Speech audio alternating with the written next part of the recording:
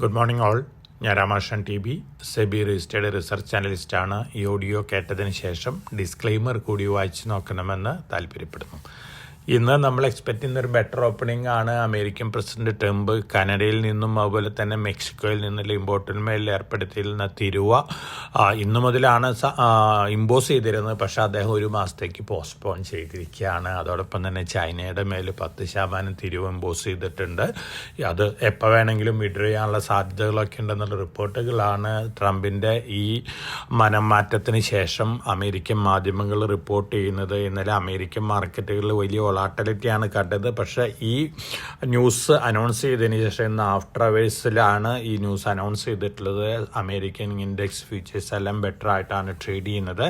അമേരിക്കയിലെ ഇന്നലെ meta platform പുതിയ റെക്കോർഡ് ഹൈ എത്തിയിരുന്നു. $710.79 പെർ ഷെയർ ആണ്. അതോടൊപ്പം തന്നെ മെറ്റാ പ്ലാറ്റ്ഫോമിൻ്റെ മാർക്കറ്റ് ക്യാപിറ്റലൈസേഷൻ $1.77 ട്രില്യൺ ആയിരിക്കുകയാണ്. മെറ്റാ പ്ലാറ്റ്ഫോം വീണ്ടും റാലി ആണെങ്കിൽ $2 ട്രില്യൺ മാർക്കറ്റ് ക്യാപിറ്റലൈസേഷനായി മാറാനുള്ള സാധ്യതയുണ്ട്. അതോടൊപ്പം തന്നെ പാലന്റിയർ റിലേറ്റഡ് ഡിഫൻസ് സ്റ്റോക്കാണ്.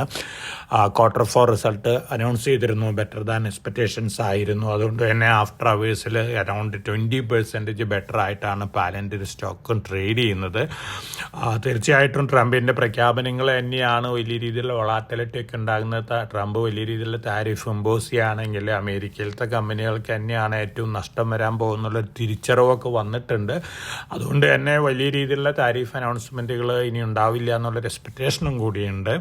മറ്റു മാർക്കറ്റുകളുടെ കാര്യം നോക്കുകയാണെങ്കിൽ യൂറോപ്പും ഇന്നലെ വീക്കായിരുന്നു. നമ്മളെ സംബന്ധിച്ച് നോക്കുകയാണെങ്കിൽ നമ്മളും ഇന്നലെ വീക്കായിട്ടാണ് ക്ലോസ് ചെയ്തിരുന്നത്. ചൈനീസ് മാർക്കറ്റുകൾ നാളെയാണ് ഹോളിഡേക്ക് ശേഷം ഓപ്പൺ ചെയ്യുള്ളൂ.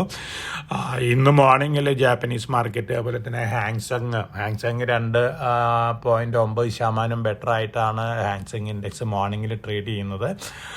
ജാപ്പനീസ് മാർക്കറ്റുകളും ബെറ്റർ ആയിട്ട് തന്നെയാണ് ട്രേഡ് ചെയ്യുന്നത്. ഇന്നലെ കമ്മോഡിറ്റികൾ ഓൾമോസ്റ്റ് ഫ്ലാറ്റ് ആയിരുന്നു. പക്ഷേ ഗോൾഡ് പുതിയ റെക്കോർഡ് ഹൈ ഹിറ്റ് ചെയ്തിരുന്നു. $2830.74 പെർ ഔൺസ് ആണ് സ്പോട്ട് ഹൈ ഹിറ്റ് ചെയ്തിട്ടുള്ളത് ഗോൾഡ്.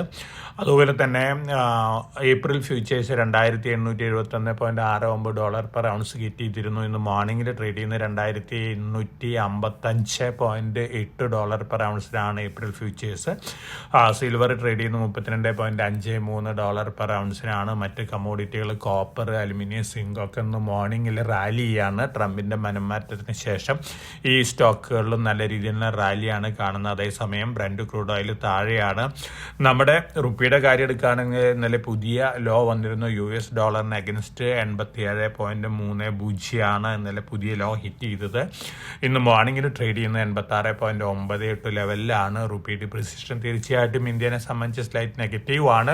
അതേസമയം ഇന്ത്യയിൽ നിന്ന് എക്സ്പോർട്ട് ചെയ്യുന്ന കമ്പനികളെ സംബന്ധിച്ച് പോസിറ്റീവാണ്. പ്രത്യേകിച്ച് IT, ഫാർമസ്യൂട്ടിക്കൽ അതുപോലെ തന്നെ ടെക്സ്റ്റൈൽ, അപ്പാരൽസ് കമ്പനികളെ സംബന്ധിച്ചൊക്കെ പോസിറ്റീവായിട്ടുള്ള ന്യൂസാണ്. അപ്പോൾ ഇന്ന് നമ്മൾ എക്സ്പെക്ട് ചെയ്യുന്നൊരു ബെറ്റർ ഓപ്പണിംഗ് ആണ്. സ്റ്റോക്ക് സ്പെസിഫിക് ആയിട്ടുള്ള ന്യൂസ് ഫ്ലോസ് ഉണ്ട്. ഇൻഡസ് ടവർ പോസിറ്റീവ് ന്യൂസ് ഉണ്ട്. അതുപോലെ തന്നെ കഴിഞ്ഞ മാസത്തെ ഓട്ടോമൊബൈൽ സെയിൽസ് ഫിഗർ വന്നതിൽ M&M, മാരുതി, അതുപോലെ തന്നെ ഐഷർ മോട്ടോഴ്സ് ഈ കമ്പനികളൊക്കെ എക്സലൻറ്റ് സെയിൽസ് ഫിഗേഴ്സ് ആണ് പുറത്തു വിട്ടിരിക്കുന്നത്. അതിൻ്റെ ഇമ്പാക്റ്റ് ഓൾറെഡി ഇന്നലെ തന്നെ ഈ സ്റ്റോക്കുകളിലൊക്കെ കണ്ടിരുന്നു. എന്നിരുന്നാലും അടുത്ത ദിവസങ്ങളിൽ നമ്മുടെ ബഡ്ജറ്റിൻ്റെ ഇമ്പാക്റ്റിൽ ഈ സ്റ്റോക്കുകൾ വീണ്ടും മുന്നേറാനുള്ള സാധ്യതകളാണ് കാണുന്നത്.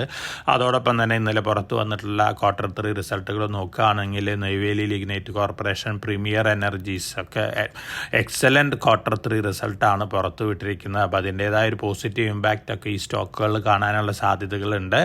വേദാന്തയുടെ ക്രെഡിറ്റ് റേറ്റിംഗ് S&P ഇൻക്രീസ് ചെയ്തിരിക്കുകയാണ്. B- നിന്നും B+ ആക്കി മാറ്റിയിരിക്കുകയാണ്. വേദാന്ത ഡീമർജർ പ്രോസസ്സായിട്ട് മുന്നോട്ട് പോവുകയാണ്. അതുകൊണ്ട് തന്നെ വേദാന്തനെ സംബന്ധിച്ച് ഈ ന്യൂസ് പോസിറ്റീവാണ്. 5 കമ്പനികളായിട്ട് വേദാന്ത ഡീമർജ് ചെയ്ത് പോവാണ്. ഒരുപക്ഷെ 6-7 മാസം എടുത്തേക്കാം അതിൻ്റെ ഫൈനൽ പ്രോസസ്സൊക്കെ അവസാനിക്കണമെങ്കിൽ. തീർച്ചയായിട്ടും വേദാന്തനെ സംബന്ധിച്ച് മറ്റ് ന്യൂസ് ഫ്ലോസും വന്നുകൊണ്ടിരിക്കുന്നത് പോസിറ്റീവാണ്. ഇനി പൊതുവെ മാർക്കറ്റിൽ നമ്മൾ ബഡ്ജറ്റ് കോമൺ മാൻ്റെ ഒരു ഡ്രീം ബഡ്ജറ്റായിരുന്നു ശനിയാഴ്ച ധനകാര്യമന്ത്രി പാർലമെൻറ്റിൽ അവതരിപ്പിച്ചത്. അതിൻ്റെ ഒരു ഇമ്പാക്റ്റ് അടുത്ത ദിവസങ്ങളിൽ കൺസംഷൻ ഡ്രിവൺ സ്റ്റോക്കുകളിലും അതുപോലെ തന്നെ കൺസ്യൂമർ ഗുഡ്സ് സ്റ്റോക്കുകളിലൊക്കെ കാണാനുള്ള സാധ്യതകളുണ്ട്. ഒപ്പം വൈറ്റ് ഗുഡ് മാനുഫാക്ചറിങ് കമ്പനികൾ, ഓട്ടോമൊബൈൽ കമ്പനികൾ, ഈ കമ്പനികളിലെ സ്റ്റോക്കുകളിലൊക്കെ ഒരു മുന്നേറ്റം കാണാനുള്ള സാധ്യതകളുണ്ട്. അതോടൊപ്പം തന്നെ SIP കോൺട്രിബ്യൂഷൻ വീണ്ടും ഉയരാനുള്ള സാധ്യതകളാണ്.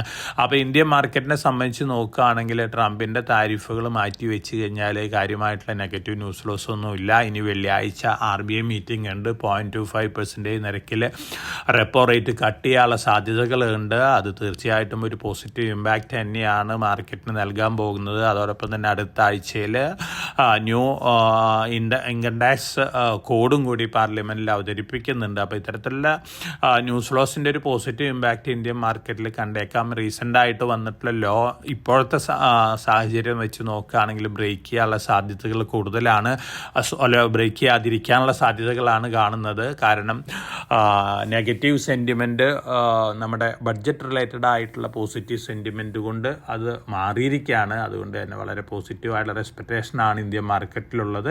എന്നിരുന്നാലും വളരെ കോഷ്യസ് ആയിട്ട് മാർക്കറ്റിൽ മൂവ് ചെയ്യണം. വലിയ രീതിയിലുള്ള മേജറായിട്ട് ഡിസ്റപ്ഷൻ ഉണ്ടാക്കുന്ന രീതിയിലുള്ള വല്ല അനൗൺസ്മെൻറ്റുകളും ട്രംപിൻ്റെ ഭാഗത്തുനിന്ന് വരികയാണെങ്കിൽ അതിൻ്റേതായ ഗ്ലോബൽ ഇമ്പാക്റ്റ് ഉണ്ടാവും. അതിൻ്റെ ചെറിയ ഇമ്പാക്റ്റൊക്കെ ഇന്ത്യൻ മാർക്കറ്റിൽ കണ്ടേക്കാം.